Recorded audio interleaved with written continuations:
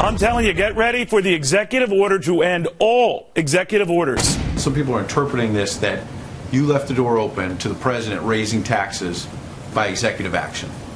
Is that possible? Well, Ed, what I will leave open is always the president's ability to use his executive authority to move the country in the right direction. Did you hear that? Because I did.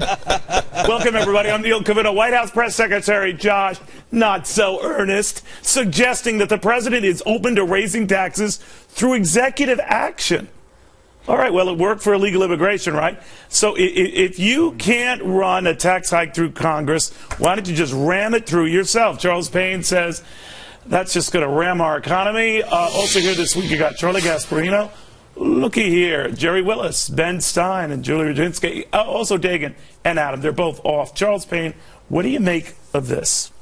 These executive actions always have economic ramifications. We know that. That's one of the reasons Congress won't let them go through, even this Congress. But they also have a psychological ramification, and I think that's why we're experiencing this malaise in this country. We're talking about the president leveling taxes willy-nilly in the way he wants to level them, on who he wants to level them on. Look at our economy. Look at what's happening. Look at wages. We are stuck in the mud. So see, I actually agree with you, so you don't have to yell at me. Okay, I'm actually on your side on this. I'm kidding. Well, I'm pre-yelling at Julie. All right, I understand. Wait till he hears what I have. But I will say, though, this is something that impacts everyone, young to old, business building, retirement, every aspect of our economy. This damages. You know, Jerry, I thought the House does matters of the purse. I think it does. So listen to this from the Constitution of all sources. All bills for raising revenue shall originate where in the House of Representatives. They have the purse. They're supposed to make these laws. But I guess the president, when he was teaching constitutional law, didn't include this as part of what he was talking about? Well, we have a lawyer here, Ben Stein. Is it a leap to go ahead now and by executive order to do this?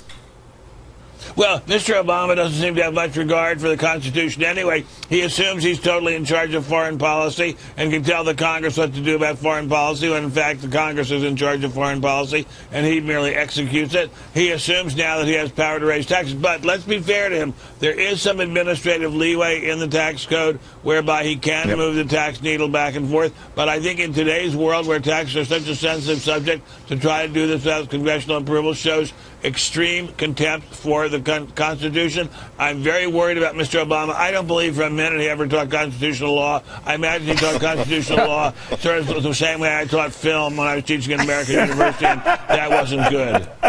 All right, Charlie. We should point out that the president is, based on what I've read, wants to close loopholes. I don't see that. Well, that's, by the way, we did call the administration, right, and the chef got back to me and said that's exactly, right. you actually seriously raised a point. They don't look at this as taking a leap because they're closing loopholes. And let's be clear here that loopholes is a horrible thing. You know, all these tax loopholes in these corporations, this is not a good thing for the economy. He's not calling for... So you agree with what the president's doing? You know, here's why I disagree with it, okay? I believe that loopholes should be closed with comprehensive tax reform. And that's one thing that this president refuses. What if he's closing them before we get to that? I have a problem with it, but let's be clear here. He's not calling for an increase in the income tax. He's calling for these crony capitalist things. Are we sure? Because one man's loophole may not be another man's loophole. These are corporations. No, I'm talking about an interpretation of loopholes. But but let's be clear and let's look at what he wants to do. We don't know. Yes, we did. We do know some of it. Yes, Rita, what God do you pray to? All right, like Julie. What do you make of this? Charlie Gasparino and I actually, look, I am getting increasingly concerned about the use of executive order to do things because Democrats need to be a little careful. The shoe may be another foot in a couple of years, and we're going to be screaming about this, so let's be consistent and not be hypocrites. I will say, though, closing loopholes is different from raising taxes. And if that's what he's doing, that's what he's doing. You know, if you guys want to sit around and wait for comprehensive tax reform or immigration reform or anything else, we'll be waiting a long time. We'll all be long dead before we get anything comprehensive out of this Congress. Just because you're not getting the progress you like at the speed you like, and I see where you're coming from, Juliana, this has always been a concern of presidents past, going back, Republican, Democratic administrations.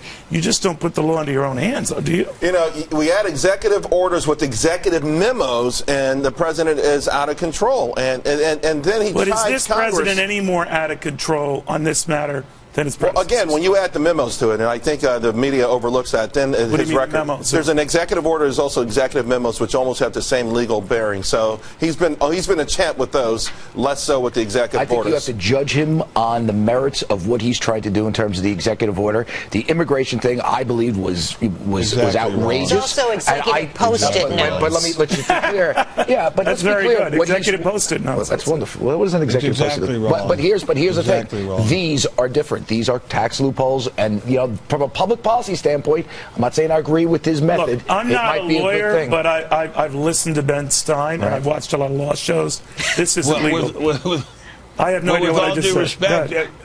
With all due respect, as Charles Payne so aptly said, one man's loophole is another man's simply law. I mean, mortgage interest deduction is a loophole. Charitable deduction is a loophole. You can call any damn thing a loophole if you want to call a loophole. So, Dan, just to be clear, you don't think that is a reason to use this? Right? Not at all. Okay. Not at all. No, The tax policy clearly originates in the House of Representatives. There's no two ways about that. Mr. Obama does not understand the basics of the Constitution. I agree with you, but you have to look at the merits of the loophole. He is not attacking individuals. Why? No, it's about the Constitution. Because the stuff that I saw that he was. Here's why, Ben. Because the stuff that I saw that he was pointing out was bad public policy. These are corporate loopholes. There's no reason that's to have up to you. There's no reason to happen. I can make a good case why the deduction for mortgage interest is a good thing. Ben's right. It isn't up to you. It's not up to the president. It's not up to you. It's up to the Congress. Well, how do you know? It's not up to me. It's not up even to Charles. It's not even up to. It's not even up to. If she were only here, it's not up to Dagan. It's up to the Congress. That's why we have a Constitution. Well, Jerry is here. Place of Dagan. Now, do you think said that he has some leeway? The president can decide which are the things that are right executive order material versus not? Because isn't the history on this that courts will eventually decide? Obviously, people go to the courts for this, and then in the case of FDR, it's sometimes years after the fact, they said you went too far.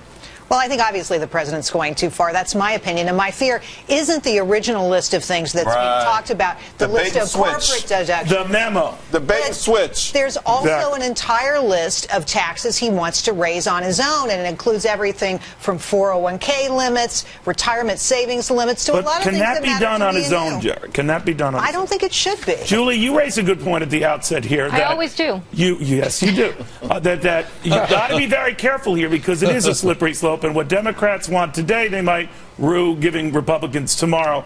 But is this whole executive order thing itself out of control? You know, I thought it was completely out of control. Remember those signing statements that George Bush used to do where he would say, I'm going to choose to ignore or disregard part of any law that I'm signing that I don't like? I hated that. And I'd be a total hypocrite today if I weren't saying, look, executive orders, if I hated them under Bush and I hated those signing statements under Bush. We have no problem with hypocrisy, but go ahead. I do. Actually, believe it or not, I actually do have a problem with hypocrisy because I'm tired. You know, I don't want to be here 5 years from now, and I'm sure I will be, yelling about the fact that some potential or some potential Republican president. I shouldn't say 5 years from now because Hillary will be the next president. Do you really see that this president then has taken it to a whole new level, given the sweeping nature of these orders, given the fact even delaying deportations of up to 5 million Americans? No president can do that. It makes a logical progression for him then to extend that to taxes, but he himself knows that he is way overdone. It is terrifying George Herbert Walker Bush. He has for the Constitution. George Herbert Walker Bush did this. But wait a second, he did that in immigration. That's my point. That's my point. Exactly. We're not forgiving the sins of others. This is a big thing. This is a big thing. Exactly. The lawyer just said it's a big thing. Right. So, Payne, what do you think? Where's this all going? Big thing. I think the next 2 years we're going to have a lot of showdowns, and we're going to test the Constitution. We're going to test the resolve of Congress, which still doesn't look like it has the guts for a fight, even though they had that resounding victory in November. It's going to be ugly. We are going to debate whether it's Constitution, whether a tax increase is going to be closing a loophole, or what is closing a loophole, and that's how he gets around it. It is still raising taxes. Now the loopholes might be egregious, but when you close a loophole, you raise revenue. When you close a loophole, you raise revenue. You say that doesn't mean you raise. I say patata. I don't know. We'll see. We'll see what. There you go. There you go. We'll see what the courts have to say. Perry Mason. You are. Well, why should we? You are a riddle wrapped in a communist conundrum. Why should he be spitting on the Constitution? That's just awful. I don't think he's spitting on it. Just throw it in the garbage. There we go. I'll leave that to your imagination.